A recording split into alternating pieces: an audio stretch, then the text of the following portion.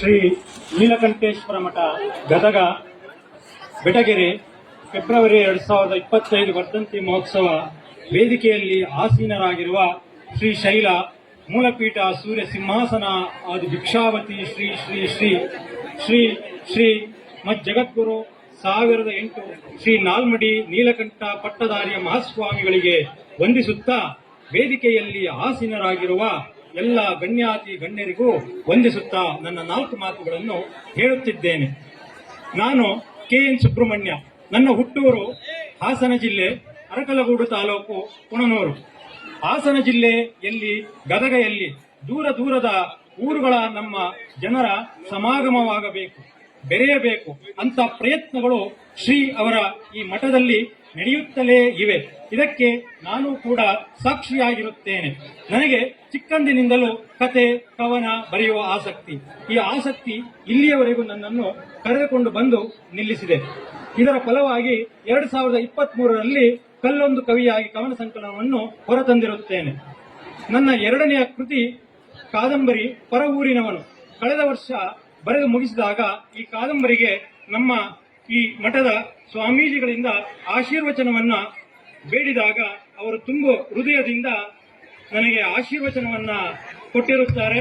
ಅವರು ಕೊಟ್ಟಿರತಕ್ಕಂಥ ಆಶೀರ್ವಚನ ಕಾದಂಬರಿಯ ಮೊದಲ ಪುಟದಲ್ಲೇ ಮುದ್ರಣವಾಗಿರುತ್ತದೆ.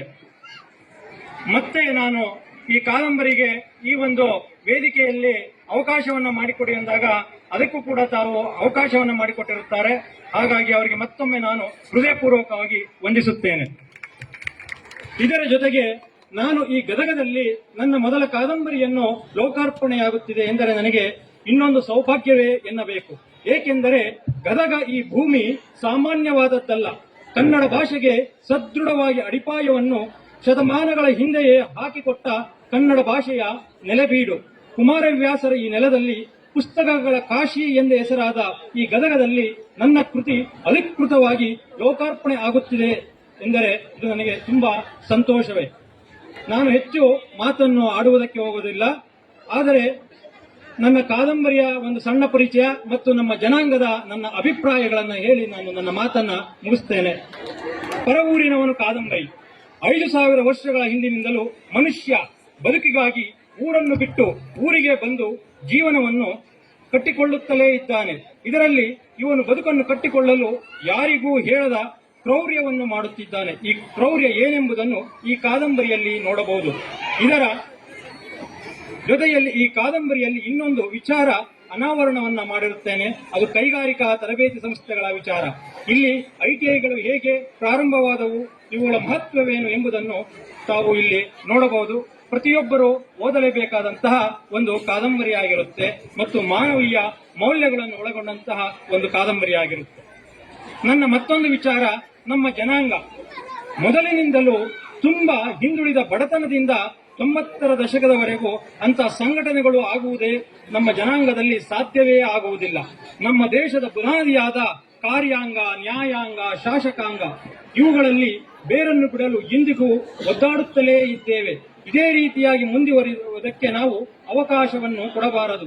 ಇದೇ ರೀತಿಯಾಗಿ ಮುಂದುವರಿದರೆ ನಾವುಗಳು ಶಾಸಕಾಂಗದಲ್ಲಿ ಪ್ರಭಾವಶಾಲಿಗಳು ಆಗುವುದಕ್ಕೆ ಸಾಧ್ಯವೇ ಆಗುವುದಿಲ್ಲ ಎಂಬುದು ಕಟುಸತ್ಯವಾಗಿದೆ. ಆದರೆ ಕಾರ್ಯಾಂಗದಲ್ಲಿ ನಾವು ಉನ್ನತ ಹುದ್ದೆಗಳನ್ನು ಅಲಂಕರಿಸಿಕೊಳ್ಳಬೇಕು.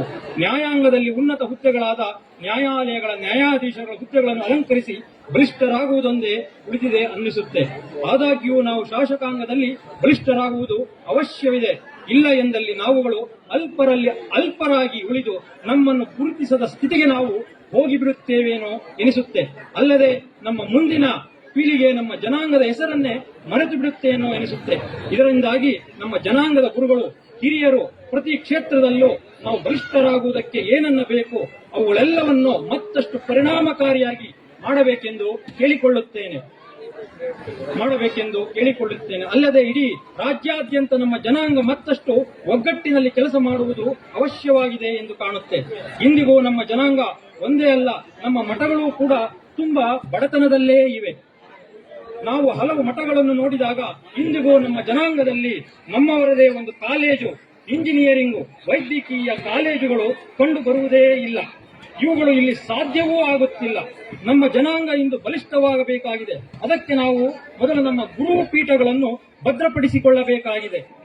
ಇದು ನಿಮ್ಮೆಲ್ಲರ ಹೊಣೆಯೂ ಆಗಿರುತ್ತದೆ. ಈ ಮಾತನ್ನು ನಾನು ಏಕೆ ಹೇಳುತ್ತಾ ಇದ್ದೇನೆ ಎಂದರೆ, ಕೃತಾಯುಗದಿಂದಲೂ ಇಲ್ಲಿಯವರೆಗೂ ಮನುಷ್ಯ ಏನಾದರೂ ಸಾಧಿಸಿದ್ದರೆ ಅದಕ್ಕೆ ಗುರುಗಳೇ ಸಾಕ್ಷಿಯಾಗಿರುತ್ತಾರೆ. ಹಿಂದೆ ಋಷಿಗಳು ಈ ಸ್ಥಾನದಲ್ಲಿ ಇದ್ದು ಜಗತ್ತನ್ನು ಮುನ್ನಡೆಸುತ್ತಿದ್ದರು. ಇಂದು ಆ ಕಾರ್ಯವನ್ನು ಹಲವು ಮಠಗಳು, ಗುರುಪೀಠಗಳು ಕೆಲಸವನ್ನು ಅಚ್ಚುಕಟ್ಟಾಗಿ ಮಾಡುತ್ತಿವೆ. ನಾವುಗಳು ಅಂತ ಬಲಿಷ್ಠವಾದ ಗುರುಪೀಠವನ್ನು ಬೆಳೆಸಿಕೊಳ್ಳಬೇಕಾಗಿದೆ. ಇಂದಿನ ಕಾಲಘಟ್ಟದಲ್ಲಿ ಇಂದು ಅತ್ಯಂತ ಅವಶ್ಯಕವಾಗಿರುತ್ತದೆ. ಏಕೆಂದರೆ ರಾಜಕೀಯವಾಗಿ ನಾವು ಹೇಳುವ ಅವಶ್ಯಕತೆ ಇಲ್ಲ ಎನ್ನಿಸುತ್ತೆ. ಇದು ತಮಗೆಲ್ಲರಿಗೂ ಗೊತ್ತಿದೆ. ಇದರಿಂದಾಗಿ ಮುಂದಿನ ಪೀಳಿಗೆ ಮತ್ತಷ್ಟು ಬಲಿಷ್ಠವಾಗಿ ಬಾಳಿ ಬದುಕುವಂತಾಗಲಿ ಎಂದು ಹೇಳುತ್ತಾ ನನ್ನ ಮಾತುಗಳನ್ನು ಮುಗಿಸುತ್ತಾ ಈ ಗದಗ ನೆಲದಲ್ಲಿ ನಿಂತು ಮಾತನಾಡುವುದಕ್ಕೆ ಅವಕಾಶ ಮಾಡಿಕೊಟ್ಟ ಇಲ್ಲಿನ ನನ್ನ ಜನರೆಲ್ಲರಿಗೂ ಮತ್ತೊಮ್ಮೆ ವಂದಿಸುತ್ತಾ ನನ್ನ ಮಾತುಗಳನ್ನು ಮುಕ್ತಾಯ ಮಾಡುತ್ತೇನೆ.